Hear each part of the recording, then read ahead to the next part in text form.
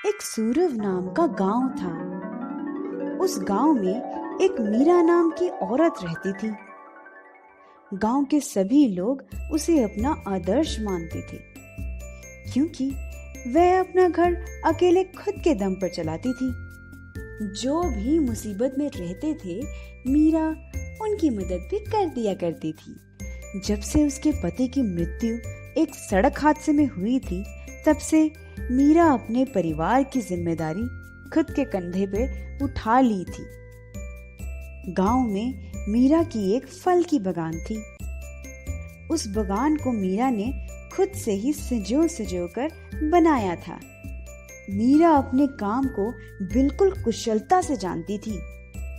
वह उस बागान में फल उगाती थी, फिर वही फल को शहर बेचने के लिए भेज देती थी। फल बेचकर जितने पैसे आते थे, उसी से मीरा अपना परिवार चलाती थी। एक बार की बात है, जब मीरा के सारे फल तैयार हो चुकी थी, तब मीरा अपने बागान में गई और सारे फल को तोड़ने लगी। सारे फल तोड़कर मीरा ने उसे बक्से में बंद कर लिया और मीरा जिसे अपने फल बेचा करती थी, उसके पास गई और बोली, अरे भाई रिंकून, ये लो, मैं सारे फल ले आई हूँ। फल बिल्कुल ताजा हैं। हाँ हाँ, आओ मीरा बहन आओ, तुम्हारा ही तो इंतजार कर रहा था। तुम्हारे फल का तो जवाब ही नहीं, एकदम स्वादिष्ट और चीनी जैसी मीठी होती है। बहुत मांग रहती है तुम्हारे फलों की। मीरा ने फलों का बक्सा रिंगून को दिया और उससे फलों के पैसे लेकर वापस अपने घर चली गई। कल होकर मीरा ने वापस से अपने बागान में काम करना शुरू कर दिया। मीरा हर रोज अपने बागान पर जाती थी, सारे काम करती थी और सारे फलों को अच्छे से देखकर वापस आती थी। मीरा ने देखा, इस बार केले बहुत ज्यादा मात्रा में फल रहे हैं। मीरा सोची, अरे इस बार तो केले बहुत ज्यादा ही फल रहे हैं। लगता है इस बार रंगून के अलावा कुछ और व्यापारियों से भी बेचना होगा। कुछ समय बीत गया और अब मीरा के सारे फल तैयार हो चुके थे। इस बार केले बहुत ज्यादा मात्रा में फले थे, इसलिए मीरा ने सोचा, सबसे पहले सारे केले तोड़ लेती हूँ। मीरा ने केले तोड़ना शुरू किया। सारे पेड़ के केले मीरा ने तोड़ लिए थे और जब मीरा सारे केले के बक्से लेकर बागान से निकल रही थी, तभी मीरा ने कुछ बंदरों को देखा जो सभी एक ही रास्ते से जा रहे थे। मीरा सोची, ये सभी एक साथ कहाँ जा रहे हैं? मीरा पलटकर देखी तो उसने देखा कि सारे बंदर उसके बागान के पीछे वाले रास्ते में जा रहे हैं। मीरा बंदरों के पीछे गई। मीरा ने देखा कि वहां एक बहुत बड़ा और विशाल केले का पेड़ लगा था, जिस पे ढेर सारे केले लगे हुए थे। मीरा ने सारे बंदरों को वहां से भगा दिया और उस पेड़ में से आधे केले तोड़कर अपने पास रख लिए। और मीरा सोची, सबसे पहले रंगून के पास फल देने जाती हूँ, फिर बाकी व्यापारियों के पास जाऊंगी। मीरा रंगून के पास गई और आधे केले देकर बोली, अरे रंगून, इस बार केले बहुत ज्यादा ही फले हैं। लो, ये आधे केले तुम ले लो, फिर मैं जाती हूँ और व्यापारियों के पास बचे हुए केले बेचने। नहीं नहीं मीरा बहन, ये सारे केले मुझे ही दे दो, मुझे एक बड़ा ऑर्डर मिला है। अच्छा ठीक है, तो ये लो सारे केले तुम ही, मुझे इन सब के पैसे दे दो, फिर मैं जाती हूँ। नहीं, अभी मैं पैसे नहीं दे सकता।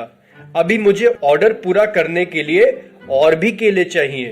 तो क्या तुम मुझे और केले लाकर दे सकती हो? फिर एक ही साथ मैं तुम्हारे सारे केले के पैसे दे दूंगा। रंगून भाई, तुमने ये तो मुझे पहले नहीं बताया। खैर, छोड़ो इन सब बातों को। मेरे पास तो अब शायद कुछ ही केले बचे होंगे। मैं तुम्हें उतने ही दे सकती हूँ। हाँ हाँ, तुम लाओ तो सही, एक बार देख लूं। अगर उतने में ही मेरा काम हो जाएगा तो सही है, नहीं तो मैं इंतजाम कर लूंगा। वहीं दूसरी ओर मीरा की पड़ोसन उसकी तरक्की से बहुत जलने लगी थी। उसने सोचा, ये मीरा इतना कमा कैसे लेती है, और जलन की वजह से वह चुपके से मीरा का पीछा करने लगे। मीरा उसी विशाल पेड़ के पास आकर रुक गई और सोची, चलो इसमें तो अभी बहुत केले दिख रहे हैं, घर जाके बक्से लेकर आती हूँ। मीरा की पड़ोसन छुप कर ये सब देख रही थी।